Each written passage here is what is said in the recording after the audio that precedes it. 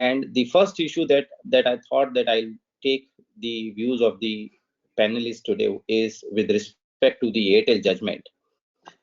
Since the time the GST has come into play, we have seen that there are major technical issues.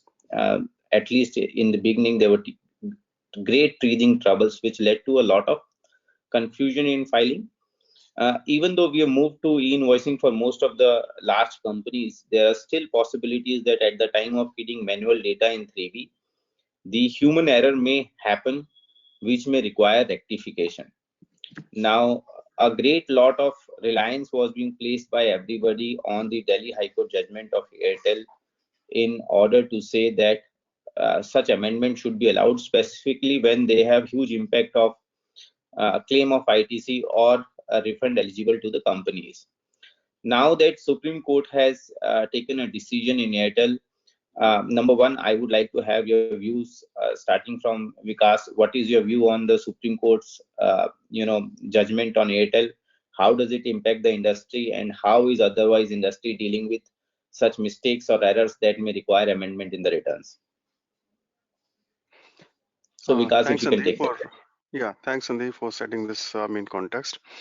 So, purely if let's say if I look at it from an industry perspective, one thing which, let's say, all of us would be aware that, as per the plain reading of the law, what it says is that you can revise your return only in the month when you, detect the error. Now, this was more of a, I would say, kind of hit and try, by Airtel. And when they wanted to, change the credits, what they have, initially missed to take, and go back to the previous returns. While in the plain reading, of course, I don't think this is permitted, but I know that Delhi High Court was liberal enough to allow that.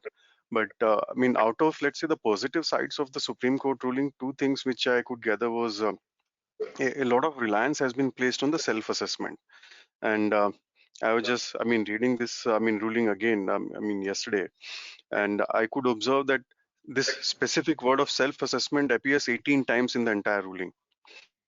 Now, is it really the case that, the department, agrees? Because we have seen in n number of cases that self-assessment has been just out of the window because department wants to do everything what, you want to do.